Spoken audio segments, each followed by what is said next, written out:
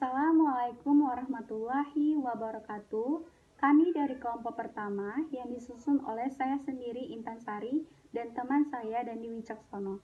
Di sini kami akan membahas tentang Islam dan perbankan. Pengertian bank syariah. Bank syariah merupakan bank yang menjalankan kegiatan usahanya berdasarkan prinsip syariah yang terdiri atas Bank Umum Syariah atau BUS dan Bank Pembiayaan Rakyat Syariah atau BPRS.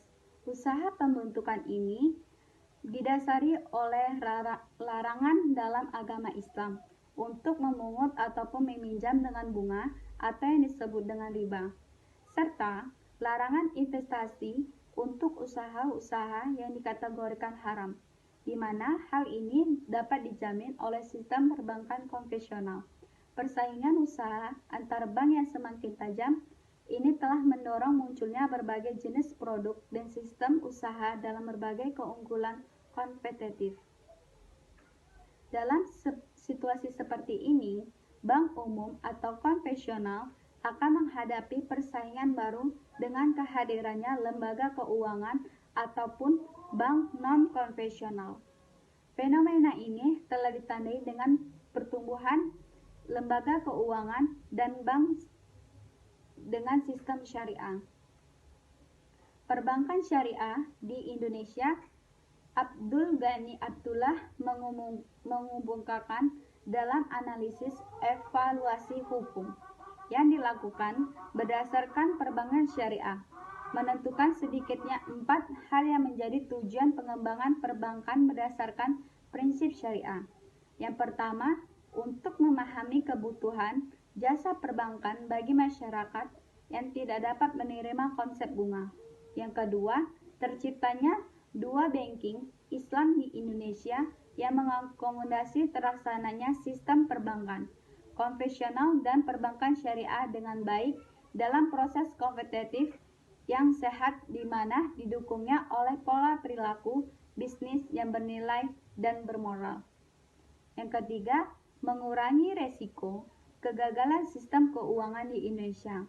Yang keempat, mendorongnya peran perbankan dalam menggerakkan sektor real dan membatasi segala bentuk eksploitasi yang tidak produktif serta mengabaikan nilai-nilai moral. Sebagai langkah awal perbankan syariah di Indonesia, pada pertengahan tahun 1970-an diadakan pembicaraan mengenai bank syariah pada seminar hubungan Indonesia Timur Tengah yang diadakan pada tahun 1974 dan pada tahun 1976.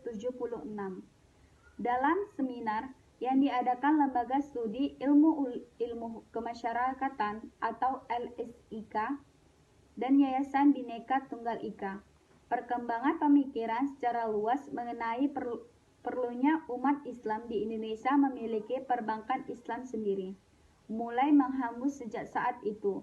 Namun usaha merealisasikan ide perbankan syariah tersebut terhambat oleh beberapa alasan.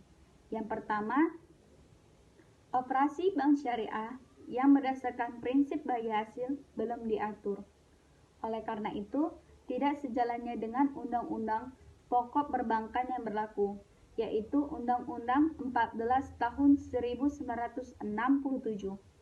Yang kedua, konsep bank syariah dari segi politis dinilai bermuatan ideologis, merupakan bagian atau berkaitan dengan pembentukan negara Islam. Oleh karena itu, tidak dikehendaki pemerintah. Yang ketiga, belum ada yang bersedia menaruh modal pada venturi semacam itu. Sementara pendirian bank baru dari negara Timur Tengah masih dicegah antara lain oleh kebijakan pembatasan bank asing untuk membuka cabangnya di Indonesia. Pada awal periode 1980-an didiskusikan mengenai bank syariah sebagai pilar ekonomi. Islam mulai dilakukan dengan pihak yang terlibat dalam mengajikan adalah Karnen A. Parwamaijan dan M. Dawan Rahajo, A.M. Saifuddin, M. Amin Aziz, dan lain-lain. Uji coba paksa skala yang direlatif terbatas telah diwujudkan pada masa itu, yaitu dengan Gusti di Jakarta. Yang kedua, lembaga keuangan syariah tersebut berbadan hukum konverasi. Pembentukan ini juga didorong oleh keluarnya deregulasi perbankan pakai 1 Juni tahun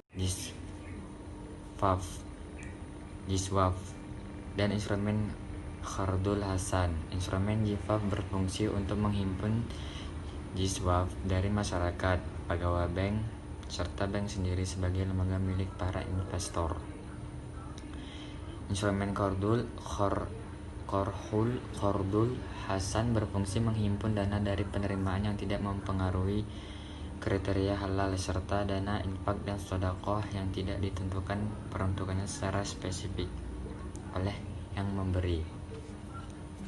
Kemudian ada fungsi jasa keuangan. Fungsi jasa keuangan yang dijalankan oleh bank syariah tidaklah berbeda dengan bank konvensional, seperti memberikan layanan clearing, transfer, inkaso, pembayaran gaji, letter of guarantee, letter of credit, dan lain-lain.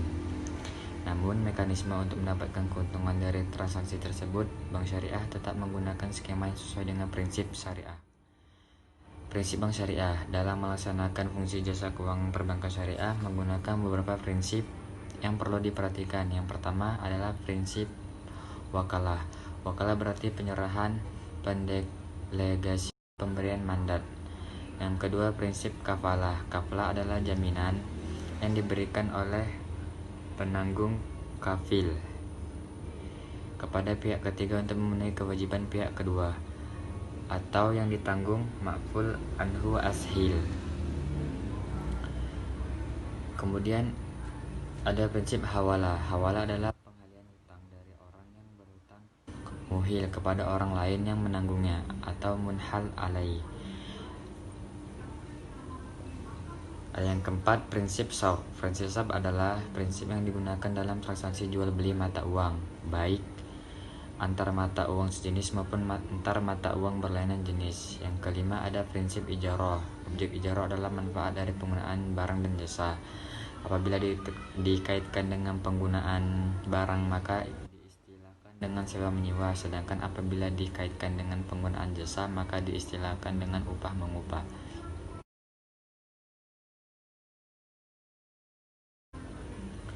Kemudian ada produk-produk bank syariah. Yang pertama, produk penghimpunan dana atau funding. 1. Tabungan. Menurut Undang-Undang Perbankan Syariah Nomor 21 Tahun 2008, tabungan adalah simpanan berdasarkan akad wadiah atau investasi dana berdasarkan mudharabah atau akad lain yang tidak bertentangan dengan prinsip syariah yang penarikannya dapat dilakukan menurut syarat dan ketentuan tertentu yang telah disepakati.